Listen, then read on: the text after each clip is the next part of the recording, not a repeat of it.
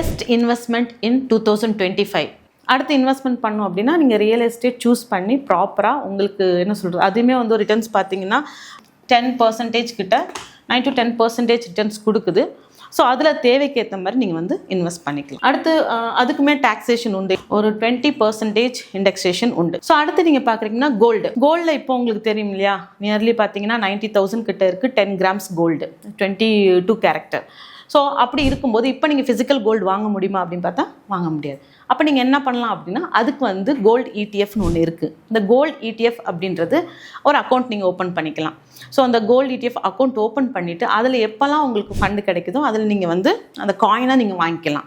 So வாங்கிட்டு நீங்கள் எப்போ செல் பண்ண நினைக்கிறீங்களோ செல் பண்ணிட்டு நீங்கள் கோல்டு வாங்கிக்கலாம். இதில் என்ன அப்படின்னா, ஃபிசிக்கலுக்கும் இடிஎஃப்க்கும் என்ன டிஃப்ரென்ஸ் அப்படின்னா, ஃபிசிக்கல் கோல்டில் உங்களுக்கு தெரியும் என்னென்ன டேக்ஸ் எல்லாம் போடுறாங்க அப்படின்றது, ஜிஎஸ்டி இருக்குது, செய்கூலி சேதாரம் அப்படின்னு சொல்லிட்டு நிறையா உங்களுக்கு வந்து வரிகள் போடுறாங்க இல்லையா.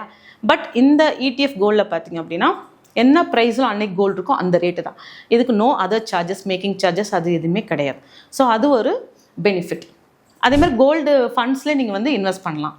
கோல்டு ஃபண்டில் பண்ணும்போது உங்களுக்கும் கோல்டு இன்வெஸ்ட் பண்ணுறது பெட்டர். ஸோ இந்த மாதிரி நீங்கள் வந்து பிரித்து இன்வெஸ்ட் பண்ணிக்கலாம். இதில் நீங்கள் வந்து எது பெஸ்ட் இன்வெஸ்ட்மெண்ட்டாக இருக்கும் அப்படின்றத கீழே கமெண்ட் பண்ணுங்கள், நம்ம டிஸ்கஸ் பண்ணலாம். தேங்க்யூ.